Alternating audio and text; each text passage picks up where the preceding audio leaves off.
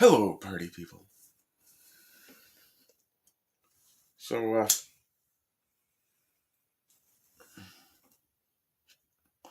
I've seen people make the suggestion that, if we took money away from one cause, we could accomplish something else. And that's true. When that something else doesn't require something other than money. For example, one comment I responded to not too long ago was, oh, if we stopped funding foreign wars, we'd have more money to feed our people. Kind of true, but it misses an important factor. In order to pay for more food, there has to be food available. Given that we're looking at roughly, I saw a pack of, I think, 4, maybe 5 steaks online yesterday for $98 Canadian. There was roughly 2 kilos worth of meat in the pack, so that's about, if I don't have the conversion flipped, if I recall correctly, a kilo is 2.2 pounds. So that's roughly, give or take, 5 pounds. Excuse me, because it was a little more than 2 kilos in the package. So it's roughly $100 for 5 pounds of beef. The only thing that would make that price that high would have to be a lack of supply. Why do we have that low a supply of beef in fucking Canada? That's insane. But it comes back to the point of, it doesn't matter how much money you have if the supply is not there. Demand can skyrocket all at once, but if the supply is not there, it doesn't matter how much money you have to throw at the problem. This is something that I've had pointed out to me since I was a child. You can't eat money. I mean, you can technically. You can't survive by eating money. I'm sure there's a few people out there who probably still having pennies in their noses and nickels in their digestive systems. But that's beside the point. Gotta love Gen X kids. But the big issue isn't taking money to put somewhere else from another place. That won't solve every problem. For example, Elon Musk likes to talk about how solar power will solve all sorts of problems, like the climate crisis. No, it won't, because currently solar power requires massive panel farms. How are you going to grow trees on a panel farm? How are you going to grow trees around a wind farm? You can't.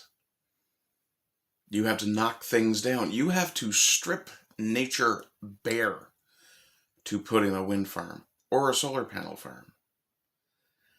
And I'm sorry, but if the solar panel is here, and the soil is here, and the sun is hitting here, it's not getting here.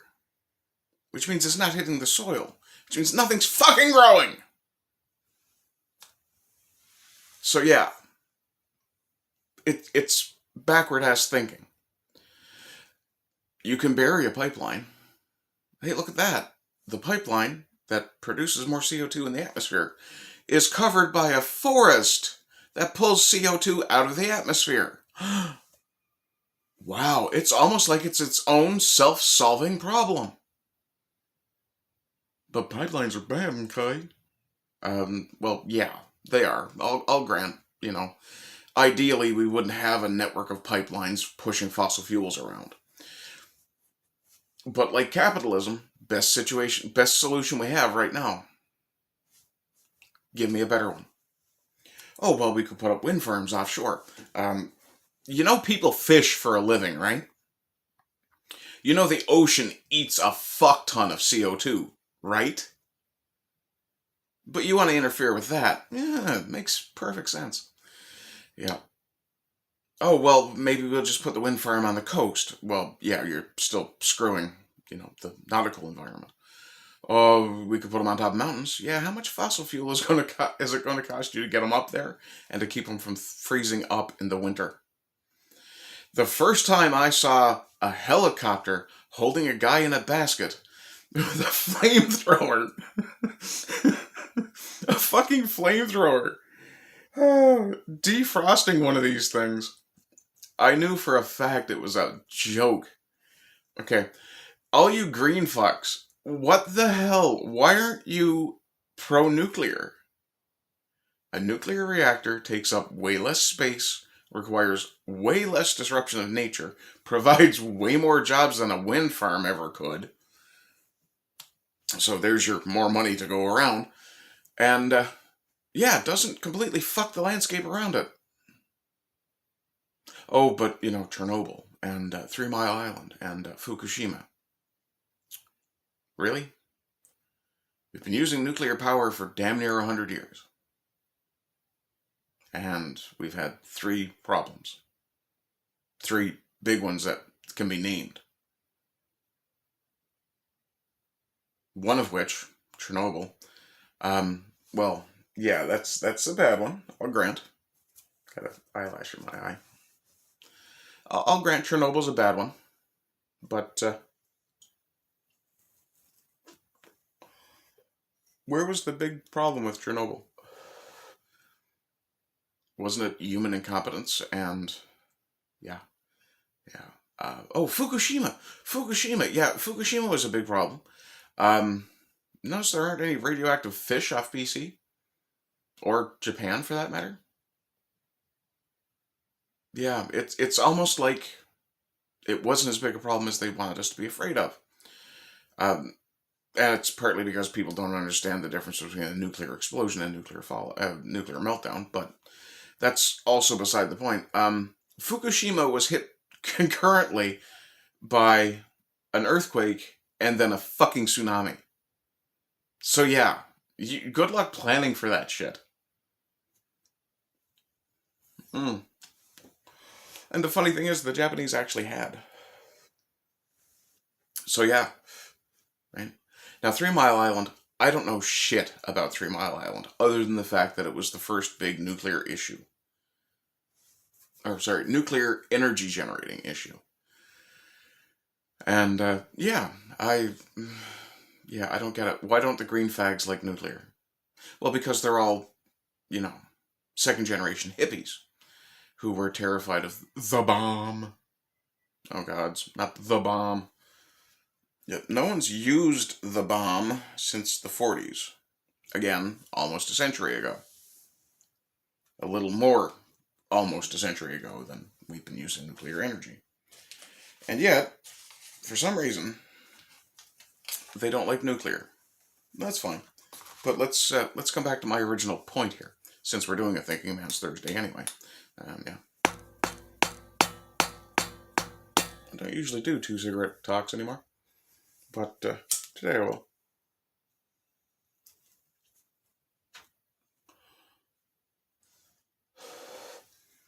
So, yeah. You can't solve all the world's problems with money. Oh yeah, yard sale find. It's a Nashville, Tennessee cup. It's actually got a really nice snakeskin texture to it. Problem is they kind of printed the N backwards.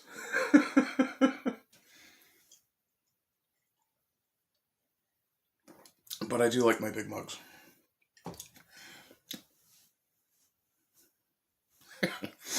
Anyway, yeah, you simply cannot solve the world's problems simply with money. You can throw money at a problem all day long, but it doesn't always solve the issue. We need... A lot of the problem is centralization. Humans do tend... I'll say to cluster. I want to say to herd up. It's the same mechanism. Think about it this way. You park in a more or less empty parking lot. You get there early in the day, what have you. But you park, let's say, a minimum of 4 spaces away from any other vehicle. How many times have you noticed, and you will notice going forward, how many times have you noticed that you come back out and there's either a vehicle kitty corner, which is the next diagonal space, or directly across from you? How many times have you noticed that? Because humans tend to cluster. It's how we built villages and cities and things like that, and that's fine. It's part of our genetic makeup. Excuse me. But what I don't understand is why we did it with everything. We centralized farming. We centralized government.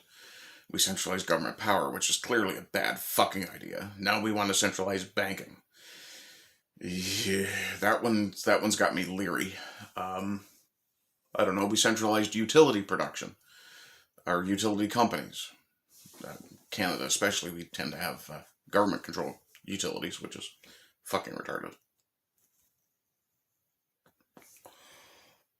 Just go look up the definition of crown corporation. You'll understand why I think it's retarded, I'm sure.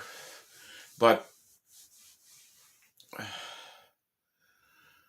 I think more than anything else, and this is getting long, so I'm going to try to shorten it down, we have to realize a lot of problems don't have a silver bullet solution.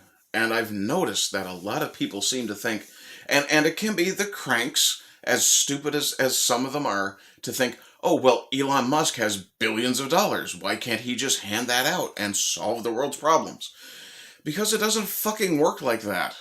Some people will prefer to have the problems, because they're nuts, or just because there's, too many reasons that they want the problem. Sometimes they're nefarious, sometimes they're just not. And sometimes they're just nuts, like I said. But you can't solve every problem with a silver bullet solution. It simply doesn't exist. Cancer. For years we thought, if we can find the cure for cancer, we're good. Then we came to realize, after a little bit of research, not all cancers work the same. There's a baseline common cause, I suppose, to cancer, which is something to do with cell replication errors. I'm not 100% sure. I'm not a fucking scientist. But as with cancer being more or less incurable, and it's the same problem as why lobsters aren't immortal. Eventually they have to molt. And every time they molt, every time they get bigger, they molt. And at a certain point, the energy required to molt at a given size is just too much, and they can't do it. And it's kind of like that with money. At a certain point, money can't solve a problem because it's not something money can touch. What's a good example? Well, energy. At a certain point, fossil fuels is a good example. There's a finite amount of fossil fuel because we're not exactly growing more dinosaurs and crushing them, are we? But at a certain point, and I'm not even 100% sure if it's fossil dinosaurs or not, but again, at a certain point, there's only so much fossil fuel. There's only so much gold. So at a certain point, money can't solve the problem. It can help, but it can't solve it. For example, if you threw shit tons of money into research for a more energy efficient engine, internal combustion engine, then yeah, eventually you get to the point where, well, one hopes, now there's probably, and if there's a physicist out there who can tell me why I'm wrong, or, explain the science behind it, I'm sure there's a point where the amount of energy an engine produces, or the amount of energy efficiency an engine has a limit. There's probably an upper limit there somewhere, but we're probably nowhere near it. And right, the solution in this case, yeah, you can throw all the money you want at R&D for efficiency, but at a certain point, you have to realize, no matter how efficient it is, you're still slowly draining that tank, that reserve of fossil fuel. It's always going to be diminishing over and over and over, constantly. And money can't solve that problem because money can't create more fossil fuel. Now, there's another option. You throw enough money at it, we can go mine hydrocarbons off of another planet. I think one of the moons of Saturn is covered in hydrocarbon. Maybe it's something we can refine and use. But, again, we're running into the issue of you can't just throw money at it and that be the solution of the problem. And it's the same thing with this thinking that, oh, if we just have more money, then we could feed more people. No. You can buy more food with more money if there's more food. But at a given point, you can't grow any more food. If we covered the entire arable surface of the planet with food crops, well, first off, that'd be an absolutely terrible idea because, well, no more trees. But even if we covered the entire arable surface of every continent with food crops, we still have to find a way to get that distributed. So again, no silver bullet. So yeah, And I think that's probably what I'll title this video, is No Silver Bullets. But creative thinking, which is something humans are great at, that goes a long way. And one of the things, just to take the internal combustion engine, for example, we can use an internal combustion engine to power an electric motor. We have a generator, a battery, and, the electric motors, the force out system. I'm not a physicist, again, and nor a scientist, so some of the terminology is not going to be great from me. But yeah, let's stop with this silver bullet thinking. One of the other things, we can apply it to all kinds of fields. For example, voting. If we had only elected a Republican, or if we had only elected a conservative, or if we'd only elected Max Bernier here in Canada. No. It's a step in the right direction. But it's not a silver bullet solution, because there is no such thing as a silver bullet solution. The problem we have is that not only do people like to tend to centralize things, they also like to tend to outsource things. So people don't grow their own food. They don't stand for their own election principles. In a lot of cases, people don't make their own money. That's a weird one. But, and in a lot of cases, people expect someone else to solve their problems. Partly because it's been happening. And that might be another part of the problem. But that's probably enough for today. And if you've watched this far, dear God, thank you. Also, remember, YouTube no longer counts views the way it should, because just watching is not enough. Now you have to at least like or comment, do the supportive things for me. I'd appreciate it. If you want to buy me something. If you want to buy me something, I'm okay with that. You can get in contact and let me know that you'd like to buy me something, and I'll give you a list of things I'd like. I don't think you can buy cute redheads anymore, but we'll leave that one alone too. Sorry. Okay, folks, I hope you're doing well. I hope you continue to do well. And as always, rise and rise again until lambs become lions. Bye-bye. Hello, party people. So, you've probably just finished watching one of my videos, and I appreciate your time. That said, if you're watching on YouTube, because they've changed the way they evaluate their views, I need to ask a favor. You need to commit some form of engagement in order for me to have it count as a view, because for some reason YouTube no longer thinks watching something counts as a view. They need some form of engagement to prove you actually watched it. So like, comment, follow, share, subscribe. Any of those things would be appreciated.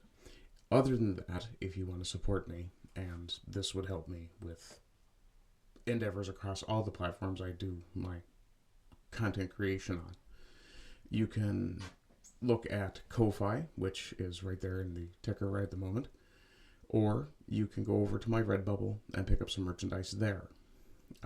The designs that have been flashing on screen for a while are examples of the designs that I have.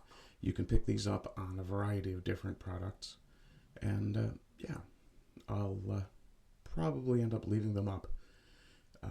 Though, from time to time, I will put up something that will be time limited.